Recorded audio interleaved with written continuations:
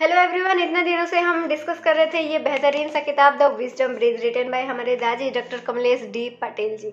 तो दोस्तों, यहाँ पर हम पेरेंटिंग के 9 प्रिंसिपल सीख रहे थे।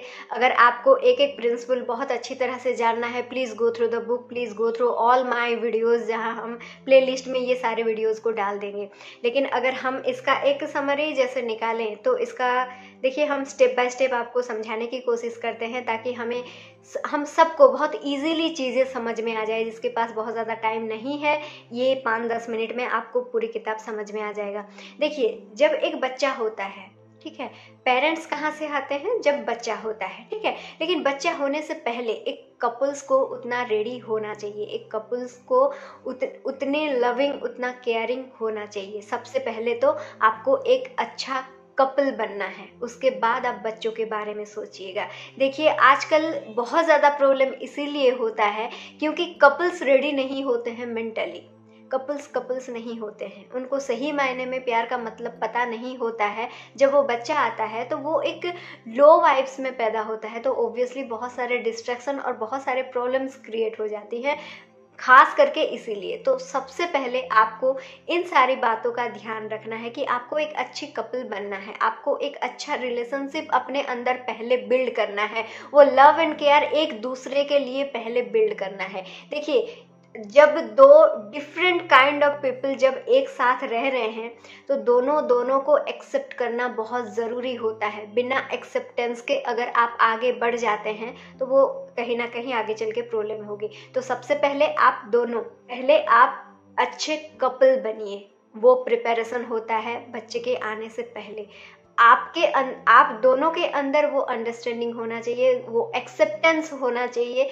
देन क्या होगा? आपकी जो ऑरा होगी, आपकी जो रिलेशनशिप होगी, वो आपके सराउंडिंग के साथ भी बहुत अच्छे से हो जाएगी। जैसे आपके परिवार हो गए, उनके परिवार हो गए, आपके पड़ोसी हो गए, ठीक है ना।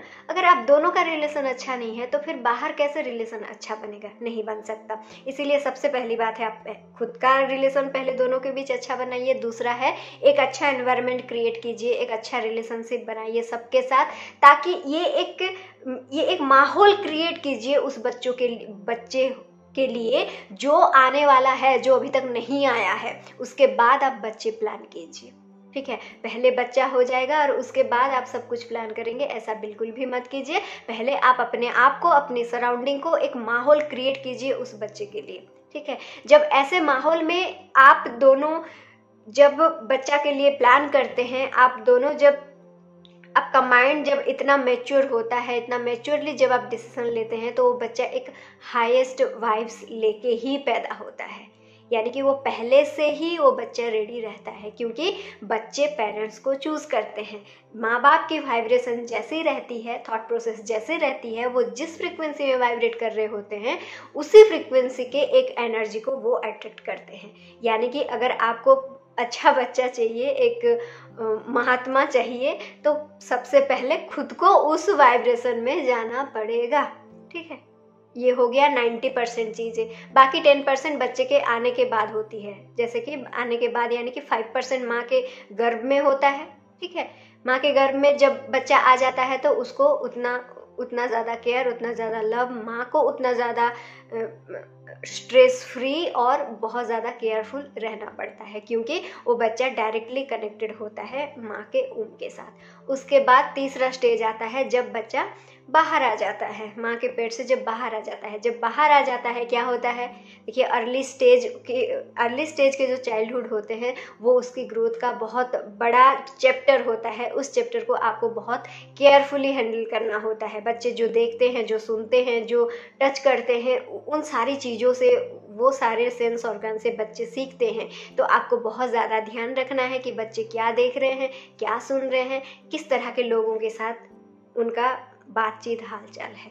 देन चौथा चीज़ आता है कि जब बच्चे थोड़े थोड़े बड़े हो जाते हैं, टीनेजर्स हो जाते हैं, तो यहाँ पर देखिए, हर चीज़ आपको एज ए पेरेंट आपको ध्यान रखना पड़ता है, आपको डेवलप करना पड़ता है। लेकिन उससे पहले 2 बातों का ध्यान ये रखना पड़ता है कि सबसे पहले आप खुद जो चीज़ें आप बच्चे को बोलने जा रहे हैं, सिखाने जा रहे हैं, वो पहले आप खुद करें। और दूसरी चीज़ ये है कि do conversation with your children.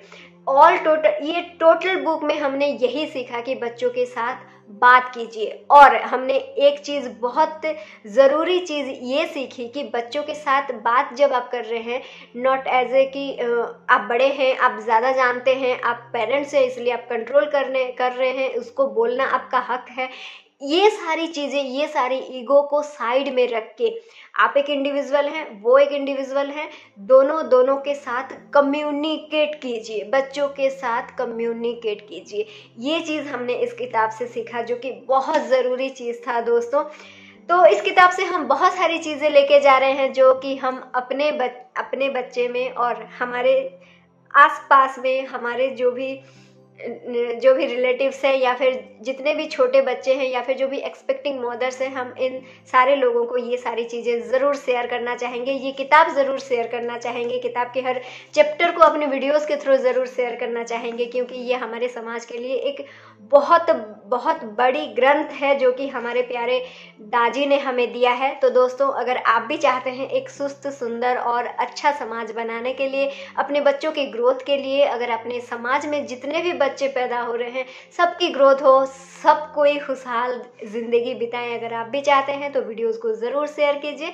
और फिर नेक्स्ट हम मिलते हैं नेक्स्ट कुछ कॉन्सेप्ट के साथ। Until then, bye bye, thank you so much for watching.